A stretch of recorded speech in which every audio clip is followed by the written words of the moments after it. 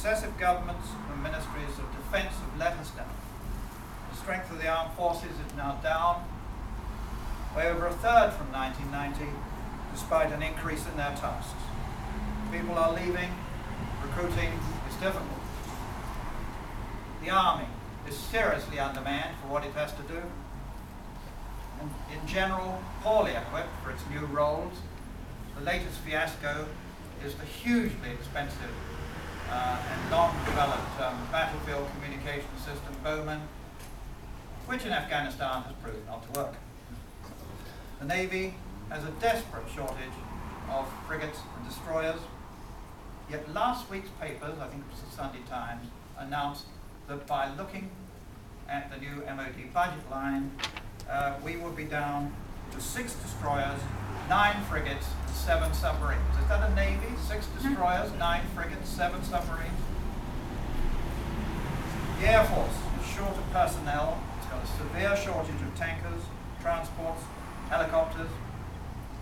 It's interesting to read now that the plan they had a year ago to hire transport aircraft when they needed them, a plan that Gerard and my committee thought was unworkable, has now had to be scrapped, and it's resulted in us paying as much to hire the transport aircraft as they would have cost, and then paying again to buy the same aircraft, if you please.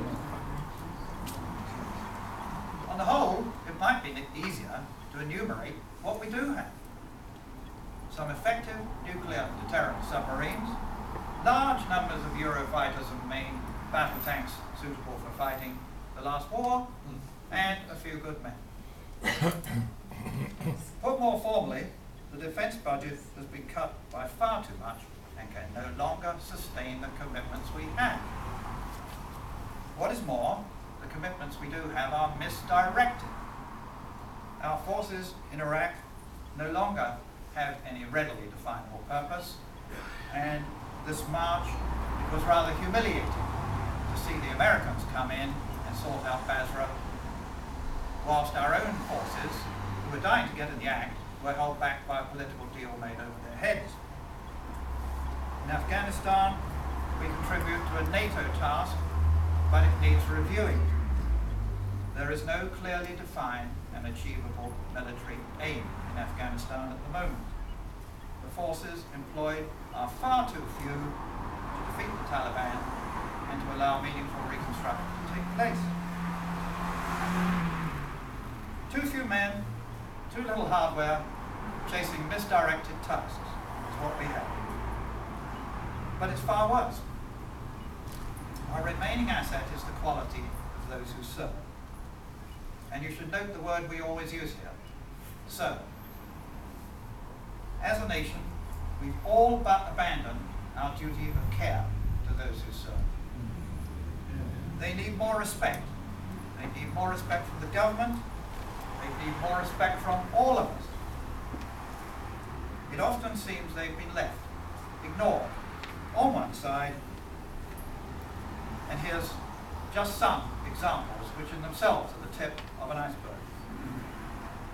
Last year, for instance, 2 civilian employees in the Ministry of Defence Directorate of Health and Safety got £200,000 plus payments because they'd sprained their backs and they had chronic fatigue syndrome. At the same time, an 18-year-old soldier serving in Basra got £57,000. He had been hit by 2 mortar rounds, he shattered his pelvis, he lost the use of one leg, he couldn't use his hand properly. The mob turned down his appeal for more than £57,000, if you please. The treatment of some of our wounded servicemen has been a scandal.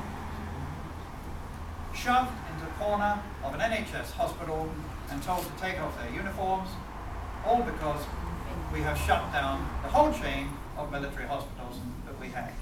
Totally disgraceful.